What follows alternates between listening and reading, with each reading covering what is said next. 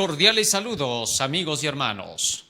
Hoy vamos a continuar con nuestros estudios de las enseñanzas y parábolas de Jesús. Es hora de compartir el mensaje, así que comparte con tus amigos y viraliza este mensaje que el Señor nos va a dar para el día de hoy. Estamos a través de los canales de Facebook, Twitter y YouTube por el último llamado divino. Así que a compartir. Vamos a hacer una oración para poder comenzar con nuestro tema de hoy. Bondadoso Padre que moras en los cielos, estamos agradecidos a ti porque nos das la vida y la salud, y te rogamos humildemente que tu presencia, Señor, esté a nuestro lado, para que podamos comprender el mensaje que tienes preparado para hoy. En tus manos nos encomendamos, por los méritos de Jesús, tu Hijo amado. Amén. Amén, Señor.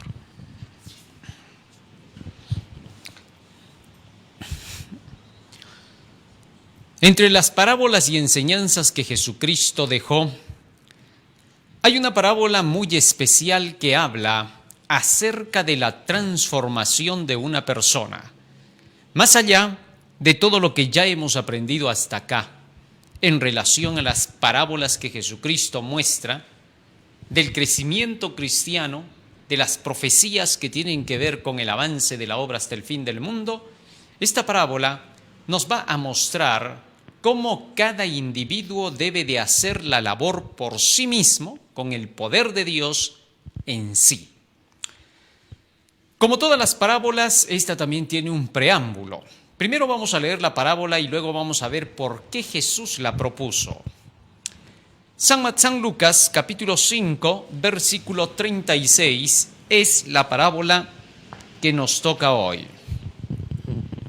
La parábola del vestido y el odre. Les dijo también una parábola. Nadie corta un pedazo de un vestido nuevo y lo pone en un vestido viejo, pues si lo hace, no solamente rompe el nuevo, sino que el remiendo sacado de él no armoniza con el viejo. Y nadie echa vino nuevo en odres viejos.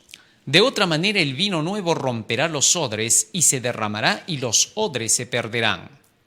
Mas el vino nuevo en odres nuevos se ha de echar, y lo uno y lo otro se conservan.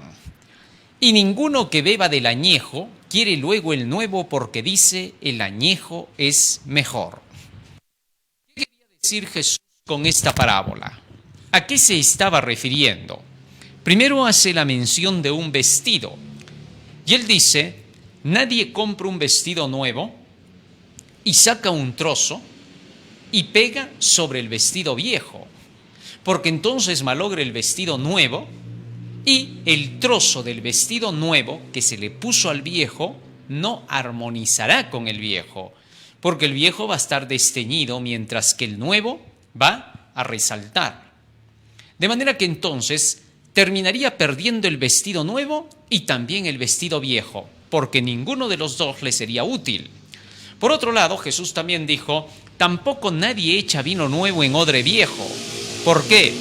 Porque el odre viejo, por lo mismo que está deteriorado, cuando caiga el vino sobre él, va a terminar por romperlo y se va a desparramar y a derramar el vino, y quedará inservible. Así que hay que echar el vino nuevo en odre nuevo. Y cuando se eche el vino nuevo en odre nuevo, los dos se conservan. ¿Y cómo se conservan? Un día, cuando ya se convierta en un vino añejo, en ese odre donde fue nuevo al principio junto con el vino, todos preferirán a ese vino añejo, porque el nuevo no puede ser mejor que el añejo. Así que entonces, de nuevo el nuevo volverá a ser echado en otro odre nuevo. Con esta parábola, ¿qué quiso decir nuestro Señor Jesucristo? Lo primero que tenemos que descubrir aquí es ¿qué cosa significa cada uno de los símbolos? No solamente esta parábola la encontramos registrada en el libro de Lucas, sino también en el libro de Mateo y Marcos. Vamos a ver cómo la dice en Mateo. San Mateo capítulo 9, versículo 14 al 17. Dice la Escritura. Entonces vinieron a él los discípulos de Juan diciendo, ¿por qué nosotros y los fariseos ayunamos muchas veces y tus discípulos no ayunan? Jesús les dijo, ¿Acaso pueden los que están de bodas tener luto entre tanto que el esposo está con ellos? Pero vendrán días cuando el esposo les será quitado y entonces ayunarán. Aquí está el preámbulo a lo que Jesucristo había declarado. La parábola había venido gracias a esta pregunta que le hicieron a Jesús un grupo de fariseos. Le dijeron, ¿por qué tus discípulos no ayunan como lo hacen los discípulos de Juan? Y Jesucristo les respondió diciendo, ¿acaso pueden ayunar los que están con el esposo de bodas? ¿Acaso pueden ellos tener luto entre tanto que el esposo está con ellos? Pero vendrán días cuando el esposo les sea quitado y entonces tendrán que ayunar. Jesús se refería a su presencia entonces en esta ocasión. Estaba dándoles el conocimiento. Estaban comiendo y bebiendo prácticamente la palabra de Dios. Así que por lo tanto, mientras Jesús estaba con ellos y les estaba dando todo el conocimiento, no hacía falta que ayunaran, porque el ayuno se hace cuando hay falta de conocimiento, falta de espíritu. Entonces el ayuno ayuda a poder comprender mejor las Escrituras. Pero si el esposo está con los discípulos en esa ocasión, ¿cómo podía ser que ellos tuvieran que ayunar si estaban comiendo todos los días con él? El alimento se les estaba siendo dado todos los días. Mientras el esposo estaba, no había necesidad de ayunos ni vigilias especiales. Pero cuando Jesucristo les fue quitado, ahí sí tuvieron que ayunar durante el tiempo que esperaban el Pentecostés. Porque ahora Jesús ya no estaba cerca de ellos. Ahora el conocimiento ya no estaba a su alcance. Ahora tenían que buscar ese conocimiento por ellos mismos. Entre ellos se reclamaban el no haber sido mejores oyentes cuando Él estaba con ellos. Cristo les había dicho, andad entre tanto que la luz está con vosotros, porque no os sorprendan las tinieblas. Lamentablemente los discípulos no habían captado esas lecciones. Lo bueno es que habían estado siempre escuchando. Ahí estaban recibiendo, medio cansados, distraídos, pero estaban recibiendo. Y fue a raíz de eso que cuando comenzaron a repasar las Escrituras, comenzaron a recordar lo que Jesús les había dicho y recién comenzaron a enlazar las palabras de Cristo y pronto recién se dieron cuenta que el mismo Dios había estado entre ellos y que no se habían dado cuenta, por lo que habían estado distraídos con tanta discusión, tanto prejuicio que metían los dirigentes religiosos, que prácticamente Jesucristo se opacó, no se notaba. Más era la preocupación de los discípulos, no el escudriñar las Escrituras para descubrir si el Mesías estaba con ellos, sino el tener que ver quién tenía la razón, si Jesús o los dirigentes judíos. Esto los distrajo todo ese tiempo. Y solo después, cuando ya llegaba el tiempo de Pentecostés, recién comenzaron a decir, ¿te acuerdas lo que dijo? Eso estaba acá, mira, está relacionado con la Biblia. Recién comenzaron a encajar. Pero en esos días tuvieron que hacer mucho ayuno para poder llegar a entender la palabra y recibir el poder del Espíritu Santo. Bien, así se cumplió lo que dijo Jesús. Ahora están de bodas, están con el esposo, todo está bien, pero llegarán días en que tendrán que ayunar. Y una vez que le preguntaron esto los fariseos a Jesucristo, por lo que estas eran las costumbres, incluso parte de ceremonias y tradiciones, ya que ellos constantemente hacían los ayunos. En el libro de San Lucas capítulo 18, la Biblia nos dice claramente que el fariseo, cuando oraba al lado del publicano, decía ayuno 2 veces a la semana. Ya para ellos era el ayunar una costumbre. No era para la búsqueda real de la palabra del Señor, porque el ayuno era especialmente para buscar el conocimiento de cómo amar al prójimo, cómo vivir en relación con la humanidad y en armonía con la sociedad. Así lo declara Isaías 58, que el verdadero ayuno es hacer el bien a los demás. Pero ellos habían dejado de lado ese pensamiento y por eso solamente hacían los ayunos como costumbre. Y por eso Jesús les dijo, ¿para qué van a ayunar ellos si ellos ahorita tienen toda la comida espiritual con ellos? No les hace falta ayunar. Cuando ya no esté con ellos, dijo Jesús, ahí tendrán que hacerlo. Muy bien, Pero sigue diciendo el verso 16. Como ellos estaban mezclando esta supuesta necesidad del ayuno, Jesús allí dio la parábola. Nadie pone remiendo de paño nuevo en vestido viejo, porque tal remiendo tira del vestido y se hace peor la rotura. Ni echan vino nuevo en odres viejos, de otra manera los odres se rompen y el vino se derrama y los odres se pierden. Pero echan el vino nuevo en odres nuevos y lo uno y lo otro se conservan juntamente. Ahora, Jesús estaba ahora mostrando que era necesario que para que pueda llegarse a alcanzar la santidad y la pureza, era necesario recibir solo un tipo de doctrina. No podía quererse conocer con el vestido nuevo de la doctrina y sacarle un pedazo nada más y ponerlo a las creencias antiguas con sus ceremonias y tradiciones y sus ayunos, etc. Había que creer o todo lo nuevo o había que creer todo lo viejo. Lo viejo debía quedar de lado para que lo nuevo tomara su lugar. Cristo estaba trayendo lo nuevo, un vestido nuevo. ¿A qué representa ese vestido nuevo? Vamos a ver qué dice Apocalipsis capítulo 19, versículo 8. Apocalipsis capítulo 19, versículo 8. Nos dice la Escritura: y a ella se le ha concedido a la iglesia que se vista de lino fino, limpio y resplandeciente, porque lino fino son las acciones justas de los santos. La palabra del Señor nos muestra que el lino fino, el vestido limpio, son las acciones justas de los santos. Tal es así que entonces, todas esas acciones justas de los santos, que son sacadas de la palabra de Dios, de los mandamientos de Dios, porque también se nos dice en el libro de los Salmos, Salmo 119, versículo 172, ¿qué cosas son esas acciones justas? ¿Qué cosa es esa justicia que representa este vestido? Nos dice el versículo 172. Versículo 172. Hablará mi lengua tus dichos, porque todos tus mandamientos son justicia.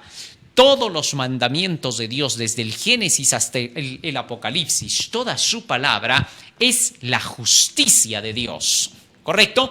Y toda esa palabra estaba viva en Jesucristo. Tal es así que Jesucristo es toda la justicia completa para nosotros. Y cuando nosotros nos acercamos a Cristo, recibimos de Él el conocimiento de la justicia. Y ese conocimiento de la justicia es el que nos justifica.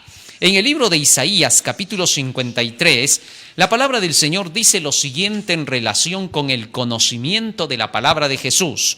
¿Qué dice allí? Isaías, capítulo 53, versículo 11. Verá el fruto de la aflicción de su alma y quedará satisfecho. Por su conocimiento justificará mi siervo justo a muchos y llevará las iniquidades de ellos. Así que entonces Jesucristo con su conocimiento nos justifica, porque todo ese conocimiento que Jesucristo trajo es el conocimiento de su justicia. Y así, por ese conocimiento que nos hace llegar a nosotros a través de su evangelio, es que nosotros reconocemos nuestros pecados, los confesamos, y al confesar nuestros pecados, Jesucristo aplica su justicia, su obediencia a los mandamientos de la ley de Dios a nosotros. Y a su vez, luego imparte esa justicia sobre nosotros. No basta con que nos perdone, también nos transforma. Así pone el vestido en nosotros. No basta con que nos meta a la ducha y nos lave de todas nuestras inmundicias. Después de lavarnos, no solo nos deja así limpiecitos, sino que nos pone un manto de justicia con el cual vamos a ser cubiertos toda nuestra vida. Dicho manto de justicia es toda la palabra del Señor desde el Génesis hasta el Apocalipsis, todos sus mandamientos. Entonces, ese vestido nuevo pasa a ser el vestido de la palabra del Señor de la nueva vida. ¿Correcto? En principio, cuando Jesús nos pone ese vestido blanco, prácticamente ha quitado toda nuestra vida inmunda de pecado. Y ahora nos presenta como personas que nunca hubieran pecado, dándonos el perdón de nuestros pecados. ¿Correcto? Olvidando por completo todos nuestros pecados pasados, haciendo de cuenta que nunca los cometimos. Y entonces, de esa manera, el Señor logra transformar nuestras vidas, poniéndonos un vestido de buenas acciones. ¿Correcto? Ahora, no es posible que se quiera intentar conocer la doctrina de Jesucristo, que es el vestido nuevo, y querer seguir con el vestido viejo que hemos llevado y solo poner un remiendo en él. ¿Qué cosa significa eso? Hay muchas personas que cuando vienen al camino de Jesucristo, aceptan a Jesús como su Salvador y dicen, creo en Jesucristo, le piden el perdón de sus pecados. E inmediatamente Jesús saca el vestido nuevo para ponerles. ¿Y qué hacen? Ellos dicen, un momentito, mira, mi vestidito todavía está bien, solamente tiene un huequito por ahí. Así que vamos a hacer una cosa, como estoy acostumbrado a mi vestido, es que me calza bien mi vestido viejo, me he acostumbrado tanto a él que me da pena dejarlo. Entonces vamos a cortarle solo un pedacito al vestido nuevo y se lo vamos a poner allí. Y ya está. Y caminamos juntos en la vida nueva, Señor. ¿Qué te parece? Luego, por gracia, ya soy salvo. Aquí lo que interesa es que ya me perdonaste mis pecados, ya estoy salvo, y ahora solo hay que tapar el huequito. Ese huequito por el cual yo andaba mal en este mundo. Jesucristo declaró, es imposible hacer eso. No se puede querer romper el vestido nuevo, sacarle solo un pedacito que se llama perdón por gracia, soy salvo y nada más, y luego dejar todo lo demás como siempre estuvo. No, ¿por qué? Porque malogras el vestido nuevo y a su vez tu vestido viejo no va a soportar porque va a romperse por otro lado. Tapas un hueco y se abrirá en otro lado. Tapas otro y se abrirá en otro lado. De manera que entonces no puedes poner remiendo nuevo en vestido viejo. Imposible. El vestido viejo tendrá que ser quitado completamente. No hay otra forma. ¿Correcto? Ahora, si el vestido nuevo son las enseñanzas de la palabra de Dios y el vestido viejo son tus ideas preconcebidas, tu manera de vivir pasada, tus pensamientos y sentimientos cultivados durante toda tu vida antes de conocer el Evangelio, no podrás mantenerte jamás con vestido nuevo para entrar en el reino de los cielos. En la parábola de la fiesta de bodas nosotros habíamos leído lo siguiente. ¿Cuán importante es el vestido?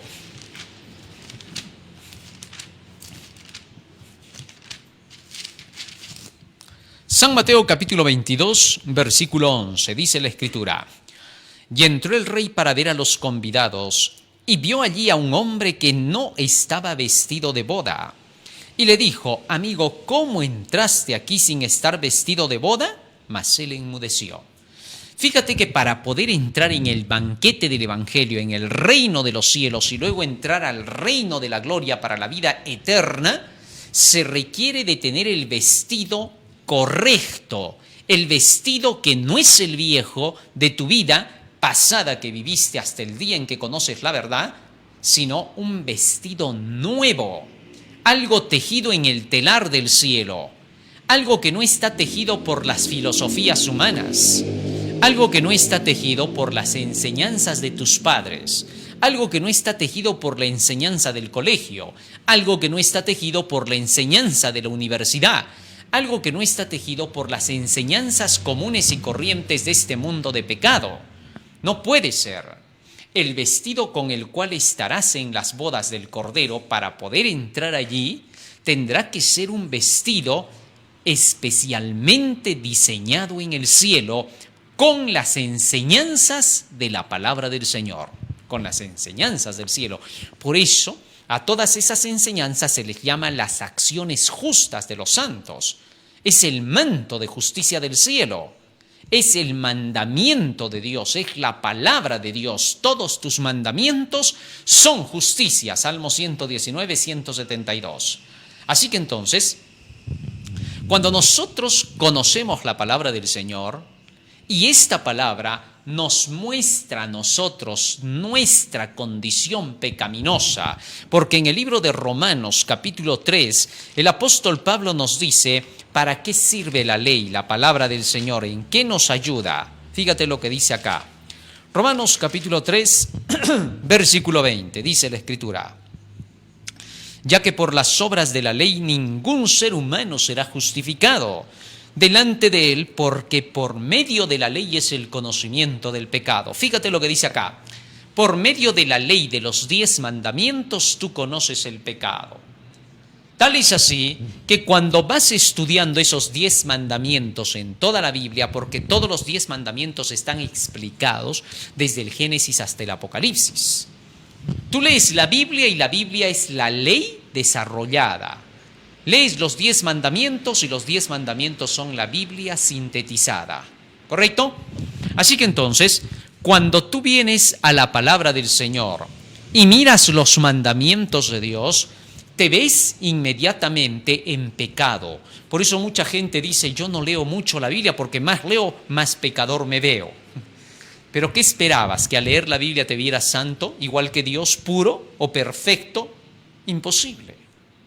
Es obvio que cuando tú lees cualquier libro, a medida que lees te vas dando cuenta que eres más ignorante porque recién estás aprendiendo y terminas diciendo, ¿así era?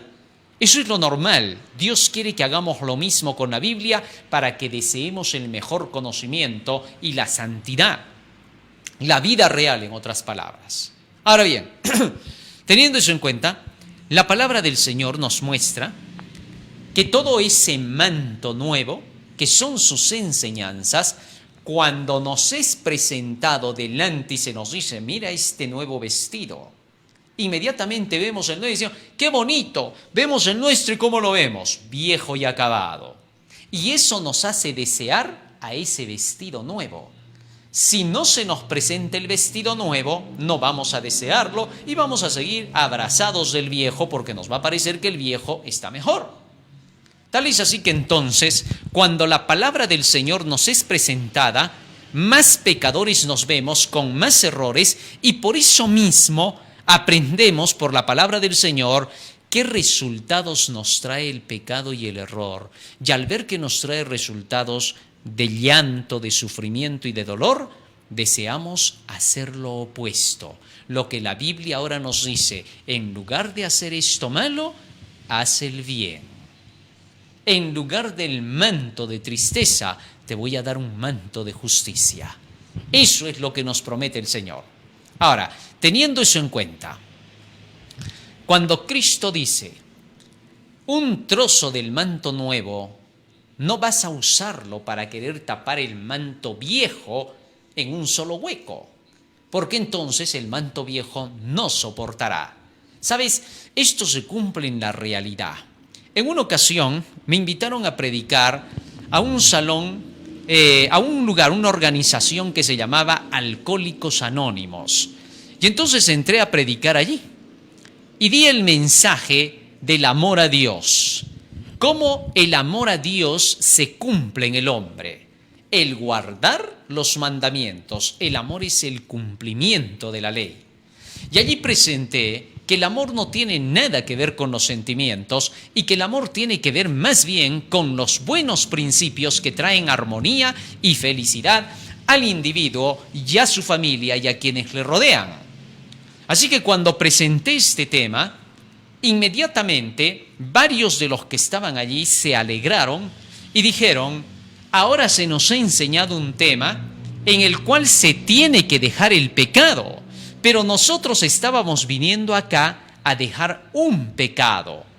No obstante, el tema ahora nos enseña que no debemos dejar un pecado, sino que debemos dejar el pecado. Había una gran diferencia. Fíjate en esto. Muchos de los que van allí, a esos lugares, van y se curan de ser borrachos, se curan de ser ebrios, alcohólicos o simple y llanamente quieren aprender cómo poder derrotar ese sentimiento por el alcohol. ¿Correcto? Pero cuando salen de allí y muchos de ellos logran vencer y ya no toman más el alcohol, de pronto caen en otro vicio, el cigarrillo. Y si no caen en el cigarrillo, caen en otros vicios degradantes para sus vidas. Salen de una pero caen en otra. ¿Sabes por qué? Porque allí solo se les da el método de cómo dejar el alcohol, pero no se les da el método de cómo dejar lo malo.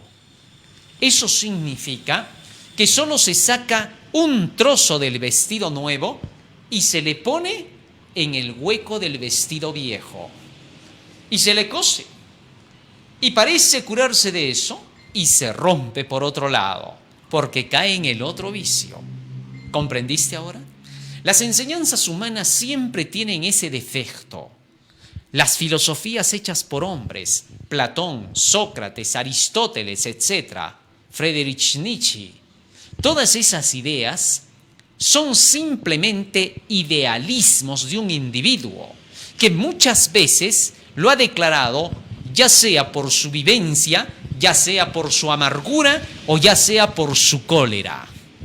¿Sí? Esto es lo que se ve.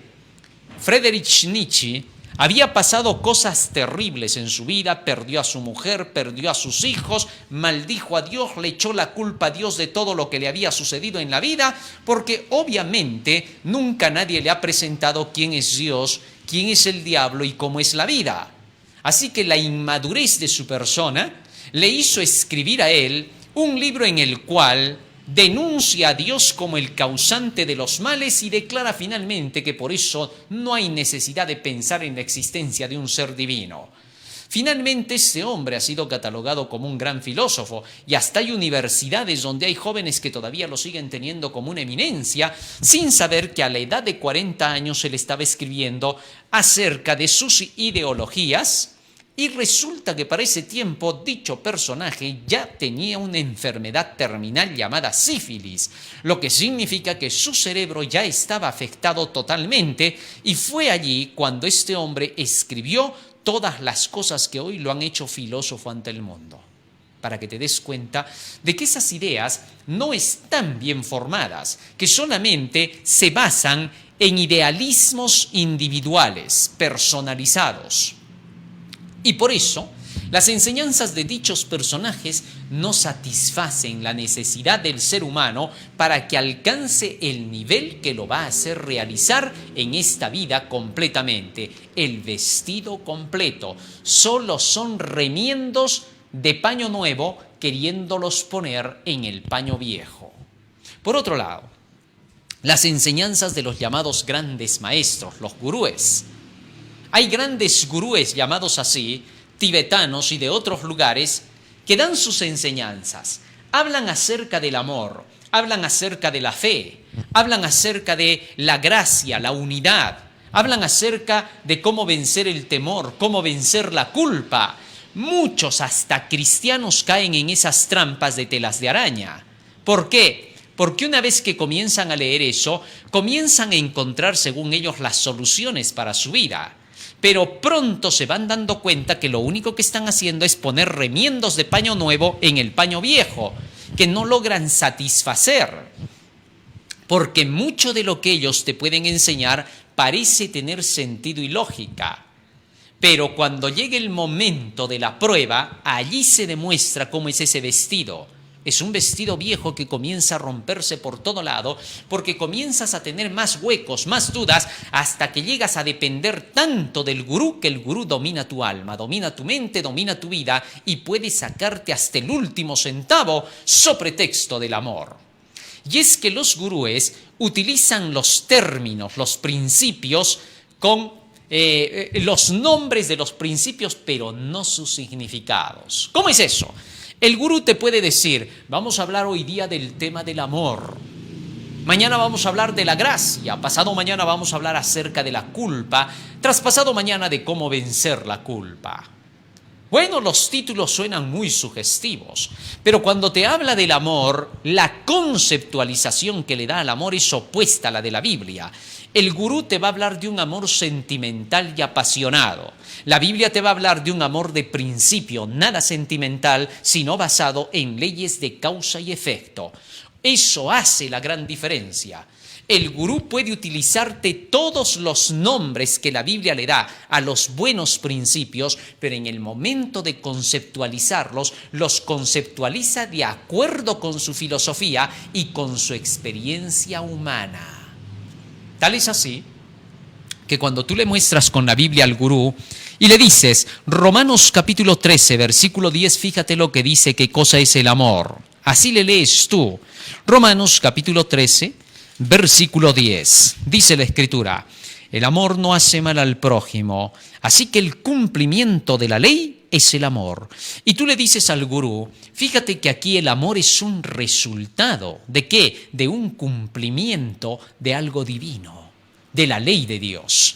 Si tú no obedeces los mandamientos de Dios, tú no puedes estar en amor. San Juan 14, 21 dice, el que tiene mis mandamientos y los guarda, ese es el que me ama.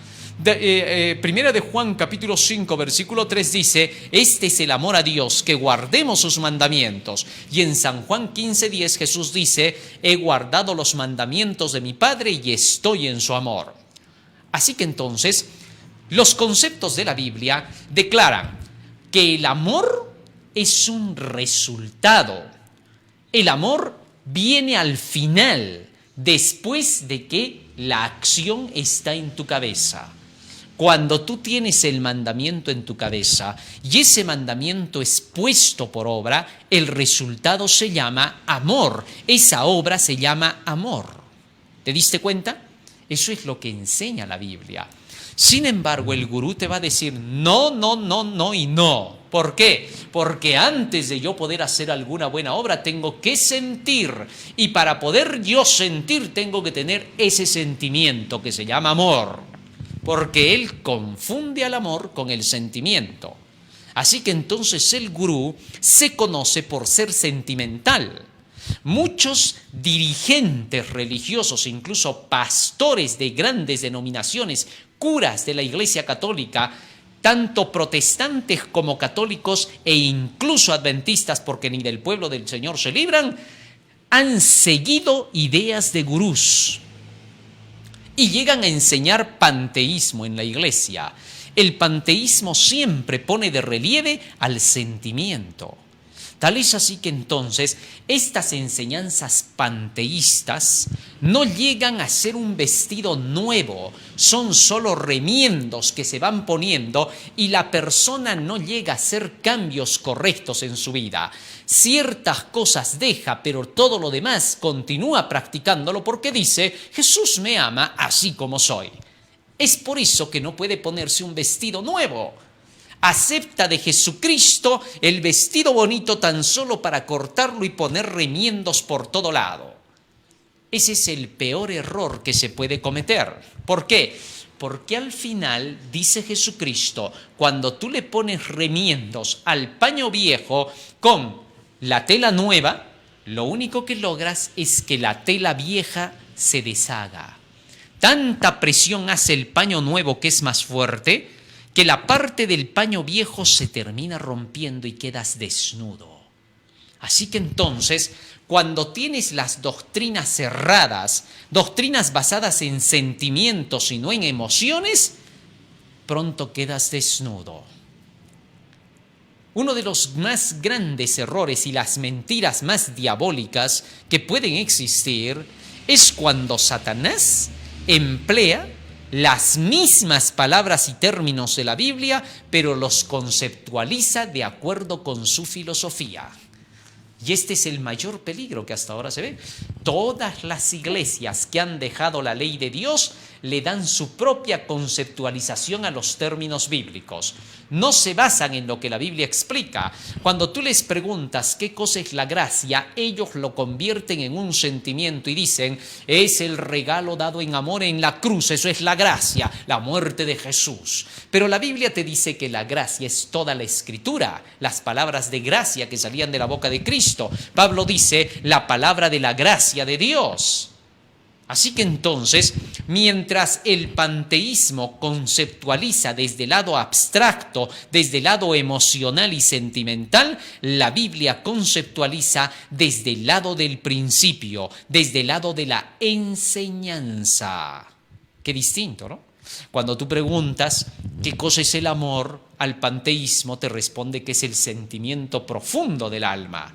Cuando tú le preguntas a Dios a través de su palabra qué cosa es el amor, te dice es el cumplimiento de mis enseñanzas, de mis mandamientos. Así que hay una gran diferencia. Cuando tú le preguntas al panteísmo acerca de la fe, te dice que es el acto de creer y que tú ya lo traes desde pequeño y que tú debes ejercer esa fe, debes tener fe en ti mismo, te dice, tú tienes que creer que puedes. Y él mezcla ese término fe con lo que llama su autoestima, todo lo puedo, todo lo logro, todo lo hago yo. Increíble. Sin embargo, cuando le preguntas a Dios a través de la Biblia, ¿qué es la fe, Señor?, el Señor te responde, la fe es por el oír y el oír por la palabra de Dios. Es un principio.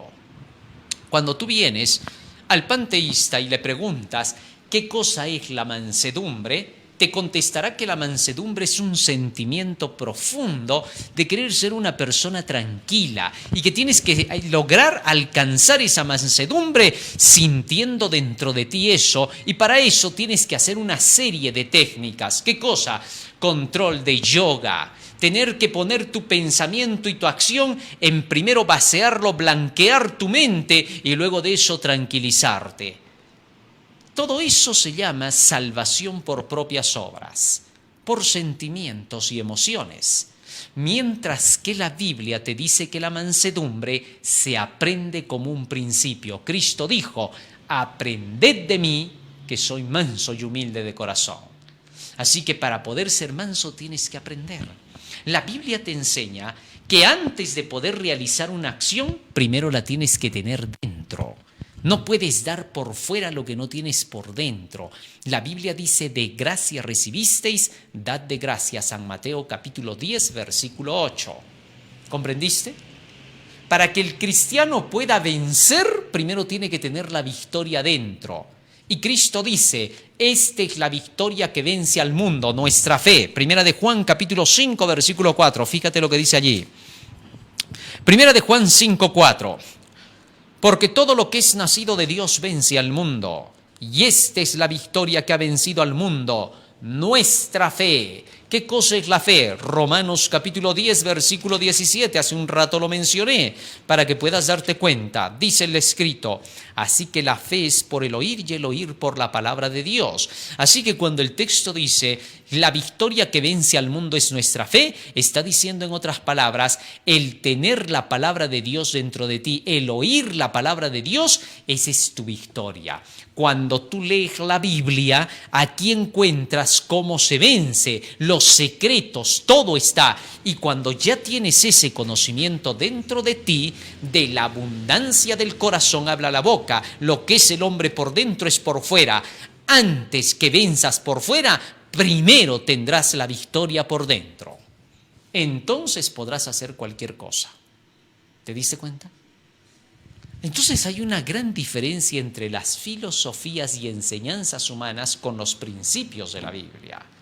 Cuando vas al gurú y le dices, ¿cómo puedo ser una persona paciente?, el gurú te va a decir un sinfín de cosas. Te va a decir cómo poder ser una persona tranquila, cómo contenerte, cómo aguantarte el momento de la crisis. Así te lo va a decir el gurú y te va a dar sus secretos y te va a decir un montón de cosas como para tener que tú llegar a ser un vencedor.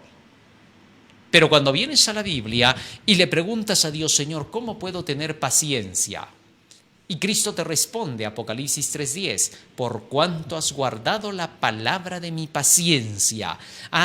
O sea que cuando me lleno de este libro, aquí está la enseñanza de la paciencia. Y cuando tengo la paciencia por dentro, solamente saldrá a relucir por fuera, porque ya tengo un motor que impulsa mis acciones. El cambio del carácter de la persona no viene por el esfuerzo mero, tiene que estar unido con conocimiento. A menos que estos dos estén unidos, nada podrás hacer. El texto bíblico de Filipenses 4:13, muy conocido por el mundo entero. Fíjate lo que dice allí. Filipenses capítulo 4, versículo 13, dice la Escritura: todo lo puedo en Cristo que me fortalece. ¿Qué te parece eso? Todo lo puedo yo, sí, pero ¿en quién? En Cristo que me fortalece. Si Cristo no me fortalece, nada lo puedo. Así de sencillo. En una ocasión Jesucristo iba a resucitar a Lázaro. Jesús pudo haber dicho en ese momento a la piedra: piedra, sal de ahí. Lázaro, ven fuera. Piedra, vuélvete a cerrar. Sábanas, salgan de él. Agua, acércate para que beba Lázaro. Pudo haberlo hecho. Sin embargo, podemos ver que Jesús no hizo eso. Dijo: quitad la piedra. Habían cosas que los hombres podían hacer. Y luego de decirles quitad la piedra, Jesús hizo lo que ellos no podían hacer. ¿Qué cosa? Dar vida a ese ser inerte. Y entonces, cuando se abrió la piedra, Jesús, levantando la mano derecha, esa mano que siempre levantaba para poder sanar y salvar, dijo: Lázaro, ven fuera.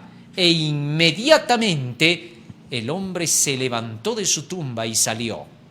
Y luego dijo: quitadle las sábanas y luego dadle de comer y de beber. Habían cosas que el hombre podía hacer. Lo que el hombre no puede hacer, Dios lo hace. Todo lo puedo en Cristo que me fortalece. Él me da el poder, que es lo que no tengo, y yo pongo la acción que sí puedo hacer, porque soy el que tiene que obedecer. Jesús me da una orden y yo tengo que decidir, porque Él no puede tocar mi libre albedrío. Tengo que decidir yo. Eso se llama la fuerza de voluntad. Fuerza de voluntad significa la capacidad que tienes de elegir. Y tú tienes capacidad de elegir cuando tienes alternativas. Y Dios te presenta la alternativa contraria a la del mundo y tú eliges cuál de las dos tomas. Y cuando eliges la correcta, lo eliges no simplemente por casualidad ni azar. Eliges lo correcto porque primero comprendes qué cosa es lo que es conveniente para ti. Eso es lo que Dios quiere. Por eso el Señor, fíjate lo que dice en el libro de Deuteronomio, te presenta algo que debe de ser conveniente. Capítulo 30, versículo 19 dice: porque yo te mando hoy que ames a Jehová tu Dios, que andes en sus caminos. Versículo 19. A los cielos y a la tierra llamo por testigos hoy contra vosotros, que os he puesto delante la vida y la muerte, la bendición y la maldición. Escoge pues la vida para que vivas tú y tu descendencia. Fíjate lo que dice el Señor acá. Hoy pongo delante de ti la vida y la muerte. Escoge. Ahí es donde tú vas a tener que saber qué cosa es la vida, qué cosa es la muerte. Y cuando tú conoces estas dos cosas, dices: yo no elijo la muerte, yo elijo la vida, porque te es conveniente. La fuerza de voluntad solo se ejerce cuando hay algo conveniente, algo sabio, algo inteligente, algo que vale la pena. Y Dios constantemente está poniendo en nosotros esas dos cosas delante para que elijamos. Sobre esas bases es como el cristiano tiene que hacer la elección. Por eso Dios quiere que primero conozcas tu vestido nuevo. Y Él te lo presenta delante, te lo trae y te dice: mira, ve, yo tengo aquí un vestido nuevo para ti. ¿Cuándo haces eso? Cuando te llega el Evangelio. Porque a través de la predicación del Evangelio, tú llegas a comprender las promesas de Dios. Al igual que cuando Dios se presentó a Abraham, Dios no quiso que Abraham lo siguiera de un solo golpe. No, no, no. Fíjate lo que dice aquí el texto bíblico. Libro de Génesis. Libro de Génesis. Capítulo 15. Dice así. Génesis capítulo 15, versículo 1. Después de estas cosas vino la palabra de Jehová a Abraham en visión diciendo: No temas, Abraham, yo soy tu escudo y tu galardón sobremanera grande. Vamos a ir un poco más atrás. Vamos a ir al capítulo 12. Ahí es donde quiero llegar. Capítulo 12, ahí está. Versículo 1. Pero Jehová había dicho a Abraham: Vete de tu tierra y de tu parentela, y de la casa de tu padre a la tierra que te mostraré. Fíjate el primer paso que Dios le estaba diciendo a Abraham. Vete de tu tierra y de tu parentela, deja por completo a toda tu ciudad, todos tus amigos, todos tus parientes. Olvídate de ellos. ¿Por qué? Porque todos sus parientes se dedicaban a la idolatría, al paganismo y acababan, como siempre, en sacrificios humanos que se practicaban en Ur de los Caldeos. Así que Dios le dijo a Abraham: apártate de todos ellos porque yo he visto que tú quieres hacer lo correcto. Así que aléjate de todos ellos. Y entonces Abraham, por lógica, iba a decir: bueno, voy a dejar todo esto y ¿a cambio de qué? Y entonces el versículo 2 dice: y haré de ti una nación grande, y te bendeciré y engrandeceré tu nombre, y serás bendición. Bendeciré a los que te bendijeren, y a los que te maldijeren maldeciré, y serán benditas en ti todas las familias de la tierra. Ahora, fíjate en esto.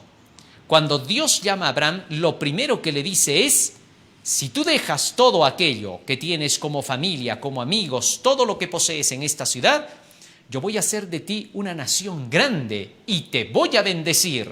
Y vas a ser bendición para todas las naciones. Y a todos los que te bendigan yo voy a bendecir, y a los que te maldigan los voy a hacer de lado, los destruiré. Ahora bien, con esta evangelización fue que comenzó la vida de fe de Abraham.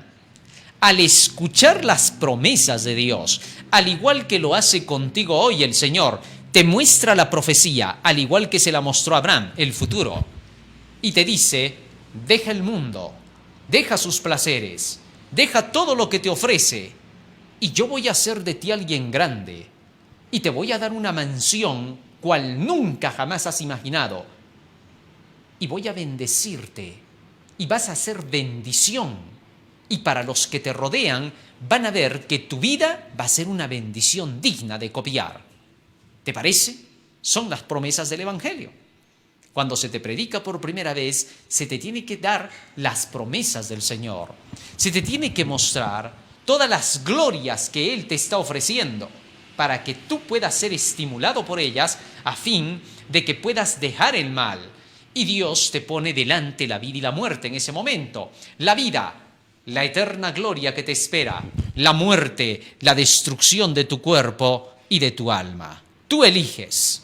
Y cuando te pone eso te dice: para llegar a la vida vas a llegar siendo feliz. Aprendes a ser feliz y eso te llevará a la vida eterna. Por otro lado, si tú no aprendes la felicidad y te gusta la desesperación y la locura, el sufrimiento y el dolor, pues entonces sigue practicando lo que has estado haciendo. Y solo te espera al final la muerte. Y una vez que te ha presentado así con claridad, allí te dice: ¿qué eliges? Obviamente tu sabiduría, tu capacidad de discernimiento, que es la parte que Dios ha puesto en ti, porque si no, no harías elecciones, no habría libertad, libre albedrío. Entonces, basado en tu libertad, eliges. ¡Qué maravilloso! Y dices: quiero ir por el camino de la oferta celestial de la inmortalidad. Y es ahí que cuando has sido evangelizado, tomas la decisión. Pero fíjate, primero se te mostró el vestido nuevo, como a Abraham. Y cuando ves el vestido nuevo dices: ¡qué lindo vestido! Está maravilloso. Y Dios te dice: es para ti. Ya, Señor, pero espérate. primero tienes que botar ese vestido viejo que ya no te sirve. Vamos a dejarte limpiecito y bañadito y vas a quedar transformado y vas a tener parte con los que moran en el cielo. Libro de Zacarías. Fíjate cómo el Señor se lo ilustró esto al profeta Zacarías en relación con ese vestido nuevo. Libro de Zacarías, capítulo 3. Dice allí la Escritura. Versículo 1. Me mostró al sumo sacerdote Josué, el cual estaba delante del ángel de Jehová, y Satanás estaba a su mano derecha para acusarle. Y dijo Jehová a Satanás: Jehová te reprenda, oh Satanás. Jehová que ha escogido a Jerusalén te reprenda. ¿No es este un tizón arrebatado del incendio? Y Josué estaba vestido de vestiduras viles y estaba delante del ángel. Y habló el ángel y mandó a los que estaban delante de él diciendo: quitadle esas vestiduras viles. Y a él le dijo: mira, que he quitado tu pecado de ti y te he hecho vestir de ropas de gala. Y después dijo: pónganle mitra limpia sobre su cabeza. Y pusieron una mitra limpia sobre su cabeza y le vistieron las ropas. Y el ángel de Jehová estaba en pie. Y el ángel de Jehová amonestó a Josué diciendo: así dice Jehová de los ejércitos: si anduvieres por mis caminos, si guardares mis ordenanzas, mis mandamientos, también tú gobernarás mi casa, también tú guardarás mis atrios, y entre estos que están aquí te daré lugar. Escucha pues ahora, Josué, sumo sacerdote, tú y tus amigos que se sientan delante de ti, porque son varones simbólicos. He aquí yo traigo a mi siervo el renuevo. Ahora, en esta profecía que se le estaba dando a Zacarías y se le estaba mostrando en visión al sumo sacerdote Josué, se le ve con vestiduras viles, vestidos viejos, y se le ofrece un vestido nuevo. Y entonces el ángel le dice: mira, que tu pecado ha sido quitado de ti, y por esa razón ahora te pongo vestiduras limpias, y si guardas mis mandamientos y mis ordenanzas, tendrás parte con todos los santificados que están aquí presentes en el cielo. Interesante. Así se mostró que era necesario que se tenga que quitar por completo el vestido viejo. Para que se te quite el vestido viejo no te lo puedes quitar tú solo. Eso es lo que también tienes que aprender. ¿Cómo se te quita el vestido viejo? Cuando la sabiduría infinita de Dios te muestra que todo tu conocimiento es pura basura. Para que llegues a eso tienes que ser muy inteligente. ¿Por qué? Porque tienes que tomar la palabra del Señor, estudiarla, y cuando te vas dando cuenta de que este libro tiene conocimiento y que lo que tú creías que era toda tu sabiduría, porque eras un gran ingeniero, porque eras un gran arquitecto, porque eras el congresista, porque eras el abogado, porque eras el médico, o porque simplemente tú creías que tú eras sabio, cuando te das cuenta que lo que tú conocías en realidad no era sabiduría, sino simplemente un tejido de fantasía lógica, se te deshace todo. Y entonces te das cuenta que el vestido que tienes no había sido tan bueno, que ya estaba viejo y que había que cambiarlo. Y entonces en ese momento valorizas el vestido de Dios y recién quieres ahora seguir las enseñanzas de ese libro. Cuando haces eso, entonces se te dice: mira, has reconocido tu vestido viejo, ahora quieres el vestido nuevo. Has pedido perdón por haber pensado que tu conocimiento y tu sabiduría eran superiores. Te has humillado. Y por esa razón, ahora cuando Satanás te quiere acusar como lo hacía con Josué el sumo sacerdote, el ángel le dice: Jehová te reprenda, Satanás. Ya no puedes acusarlo. ¿Por qué? Ya se dio cuenta de tu ignorancia. Ya se dio cuenta que todo lo que tú enseñas es inservible y es pura basura. Así que ya no lo puedes tener más cautivo. Él va a ser libre desde el día de hoy. Porque yo creé, dice el Señor, a los hombres para ser libres. Para que ellos puedan elegir, no para ser tus esclavos sometidos, no para que tú los tengas enclaustrados. Porque yo te ordeno, dice el Señor, deja en libertad a mi pueblo, y si no, te voy a visitar como al faraón. Y no voy a dejar de ti nada, tus tierras, tu dinero, todas tus posesiones las voy a consumir en las plagas. Y finalmente, ni tú te vas a librar como el faraón que se ahogó en el Mar Rojo. El Señor da la orden e inmediatamente el cautivo queda libre. Y se le ponen nuevas vestimentas, nuevo conocimiento, nueva luz, nueva verdad, inteligente, sabia, que aquel que le estudia la reconoce e inmediatamente se le ordena. Ahora, haz todo lo que te dice el libro, esa sabiduría, y tendrás parte con los moradores del cielo. Así que entonces, para que la persona pueda tener el vestido nuevo, deberá dejarse sacar el vestido viejo. Y se deja sacar cuando permite a Dios que le enseñe. Cuando el hombre demuestra inteligencia al abrir sus orejas para oír. Por eso siempre se dice, ¿no?, a través del dicho, es mejor que seas orejón y que no seas bocón. ¿Sí? ¿Por qué se dice eso? Porque es bueno aprender a oír y hablar menos. Más aprendizaje, más sabiduría, menos de lo nuestro. Cuando eso hacemos, llegamos a aprender el camino de la vida y se nos pone un vestido nuevo. Qué bonito. El vino, ¿a qué representa en la palabra del Señor? Libro de San Mateo. Fíjate qué cosa es el vino. San Mateo capítulo 26. En una ocasión Jesucristo, cuando ya iba a ser crucificado, mencionó estas palabras. Fíjate lo que dice acá. San Mateo capítulo 26, versículo 27.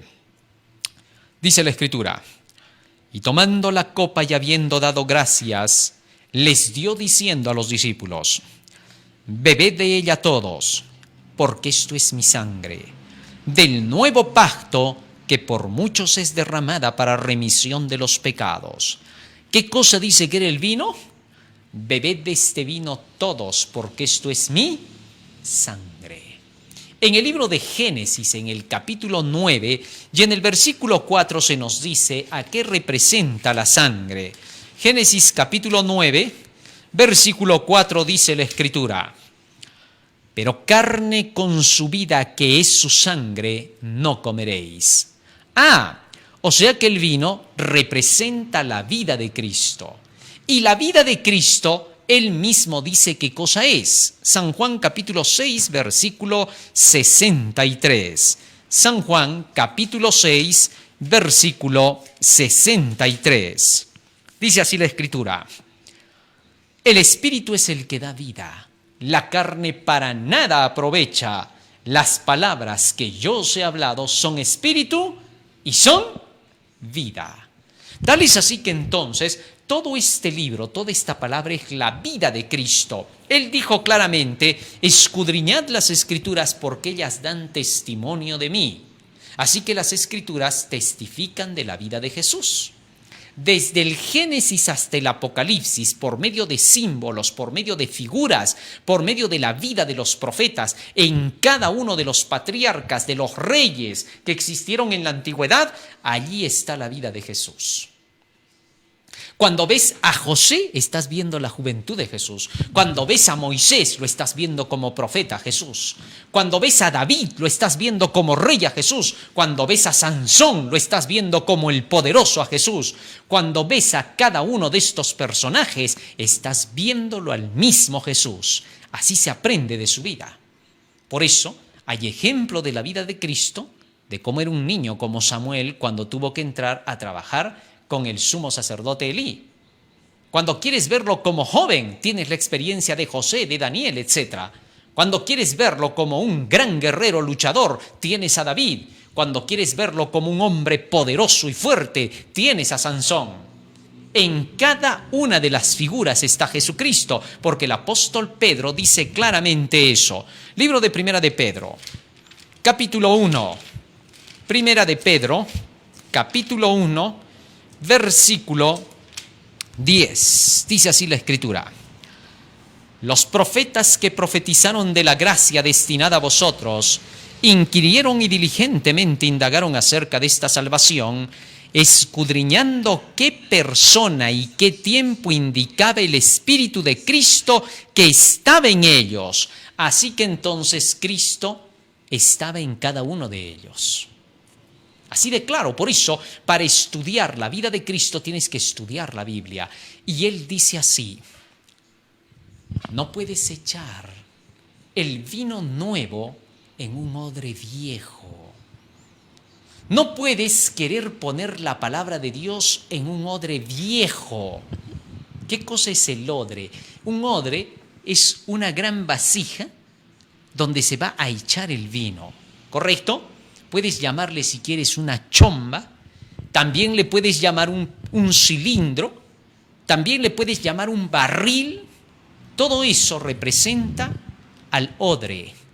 En el libro de Romanos, en el capítulo 9 y en el versículo 23, el apóstol Pablo dice que esas vasijas somos nosotros. Romanos capítulo 9, versículo 23. Nos dice la Escritura, desde el versículo 21. ¿O no tiene potestad el alfarero sobre el barro para hacer de la misma masa un vaso para honra y otro para deshonra?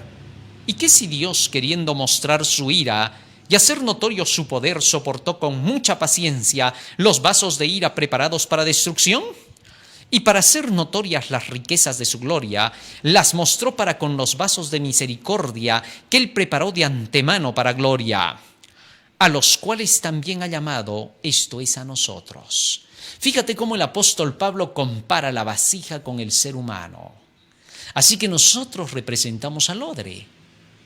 Y aquí se nos dice que en el odre viejo, en aquella vida vieja, el hombre viejo, aquel que tiene sus costumbres, aquel que recibió sus falsas enseñanzas, no se puede echar el vino nuevo.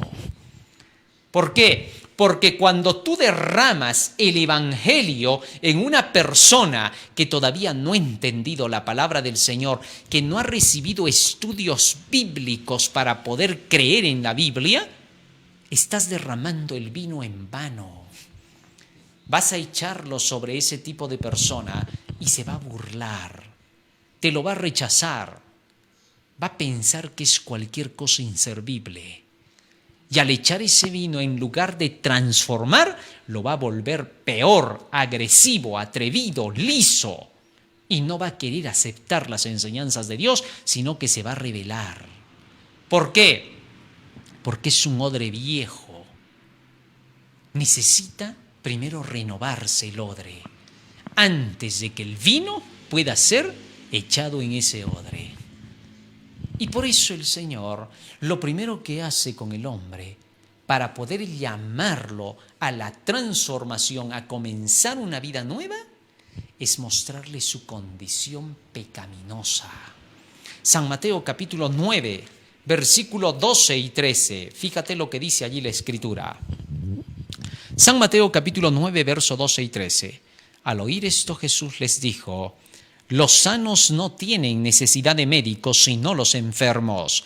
Y pues ya aprended lo que significa misericordia quiero y no sacrificio, porque no he venido a llamar a justos, sino a pecadores al arrepentimiento. Los sanos no necesitan de médicos, sino los enfermos. Jesucristo estaba enseñando aquí que para que una persona quiera ser sanada, primero tiene que estar convencida de que está enferma. No puedes jamás a alguien que no tiene síntomas decirle que esté enfermo. Serías enfermo si le dices eso. No tiene ningún sentido. No puedes llamarle así a un sano. Mas cuando está enfermo, tiene los síntomas, entonces recién necesita médico. Así también no he venido a llamar a justos, sino a pecadores al arrepentimiento, dice el Señor. ¿Por qué?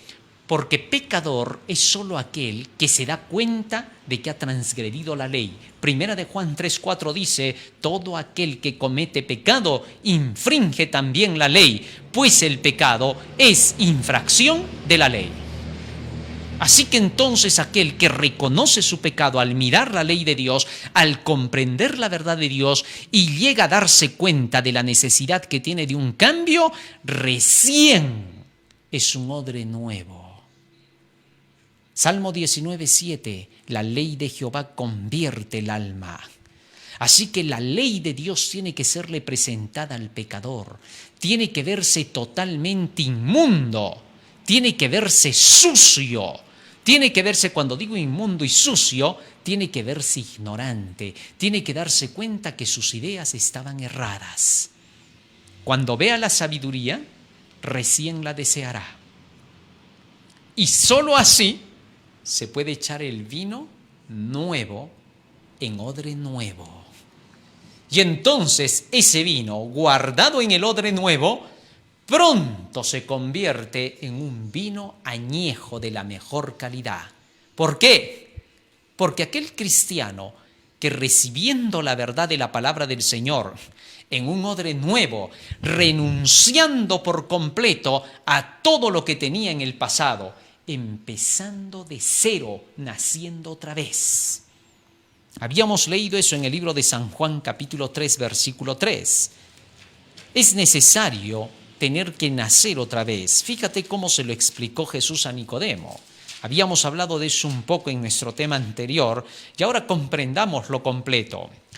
San Juan capítulo 3, versículo 3 hasta el 9.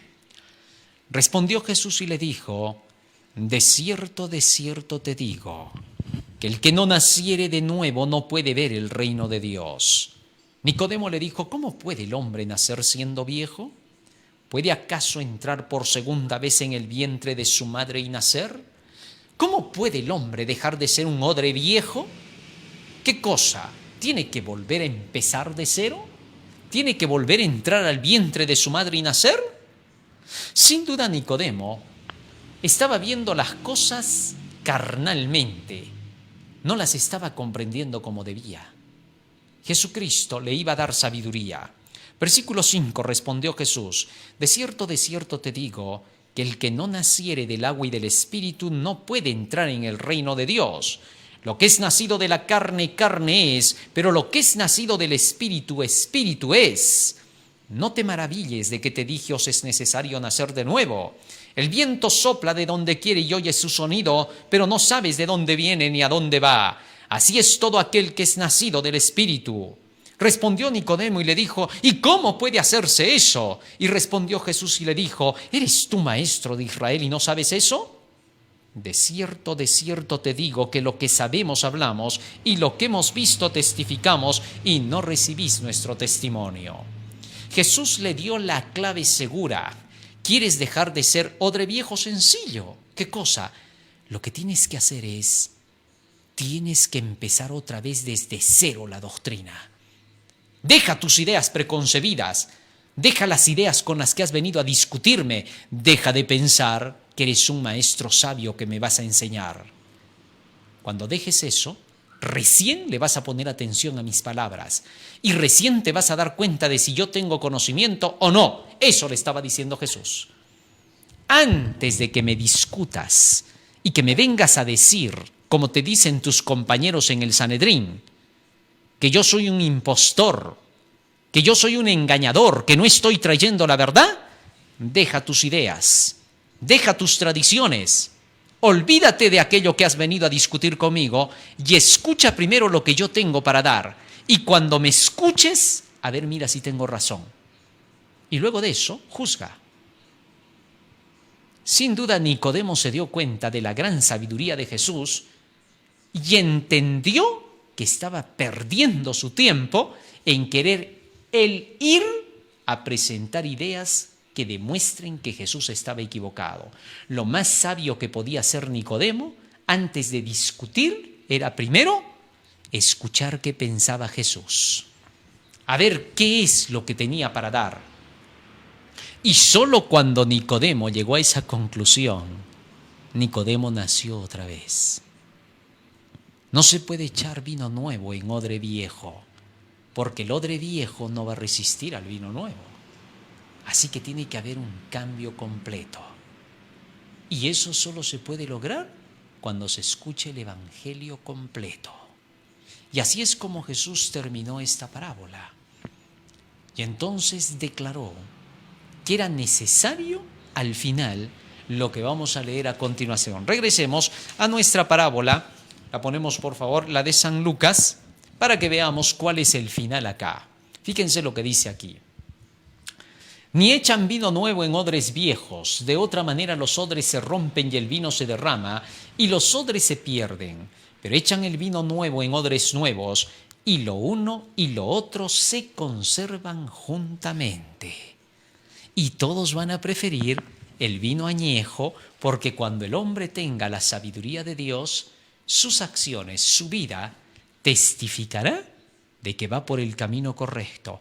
Y todos los que escuchen la verdad del tal dirán, quiero ese vino, me voy por ahí, me voy con él porque sé que tiene la verdad.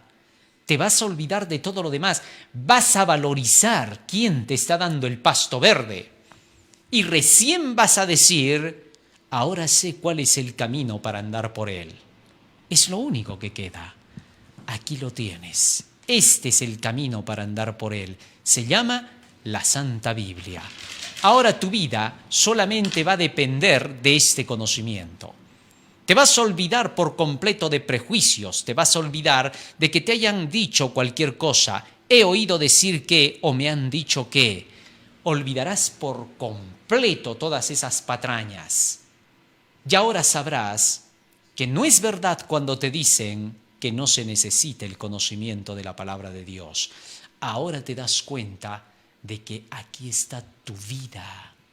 Esto es todo lo que necesitas. Allí es cuando se dice, Cristo es todo para ti. Así que tú eres el que decide. El mensaje del tercer ángel está siendo llevado al mundo entero. Es el evangelio final. Y los que se unan con el tercer ángel triunfarán al final. La victoria acompañará el mensaje del tercer ángel y todos los elementos opositores serán derrotados. Así que no se queje nadie de los siervos del Señor que les han sido enviados. Quizá estén hablando duramente, quizá estén hablando con fuerza, quizá sean incisivos, pero Dios hará que retiñan los oídos de los oyentes si los hombres no quieren escuchar. Hará que se sepa su verdad y que triunfe gloriosamente. ¿Estarás tú con ese mensaje del tercer ángel? ¿Te vas a unir? Tú decides. Hoy he puesto delante de ti, dice el Señor, la vida y también la muerte.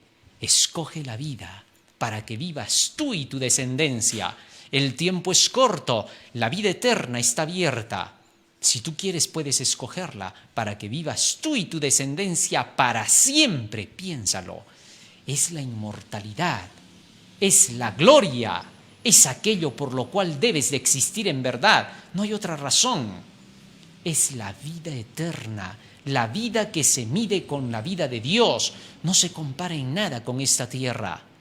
Es la vida real, es aquello que tu alma ansía, es aquello que de veras debemos perseguir y debemos encontrar. Buscad y hallaréis, llamad, se os abrirá, pedid, se os dará. Hasta ahora no habéis pedido nada, dice el Señor. Pedid y se os dará. Vamos a pedirle al Señor ahora en oración y le vamos a decir que nos dé más conocimiento, que nos llene de su palabra, porque es necesario que la tengamos ahora, porque este es el tiempo de llenar la vasija. Vamos a ponernos de rodillas y vamos a orar. Bendito Padre que moras en los cielos, estamos agradecidos a ti por las palabras que nos has dado y te rogamos que nos ayudes a ponerlas por obra. Ayúdanos a compartirlas también, Señor, donde quiera que vayamos y donde quiera que estemos, para que tu nombre sea glorificado por sobre todas las naciones. En tus manos nos encomendamos, Señor, para que tú puedas poner tu vestido blanco sobre nosotros. Lávanos y límpianos de todo pecado y de toda maldad, y haznos puros delante de ti, para que podamos, Señor, ser participantes de la vida eterna juntamente contigo. Porque te lo rogamos y te lo suplicamos, en el nombre de Jesús. Amén.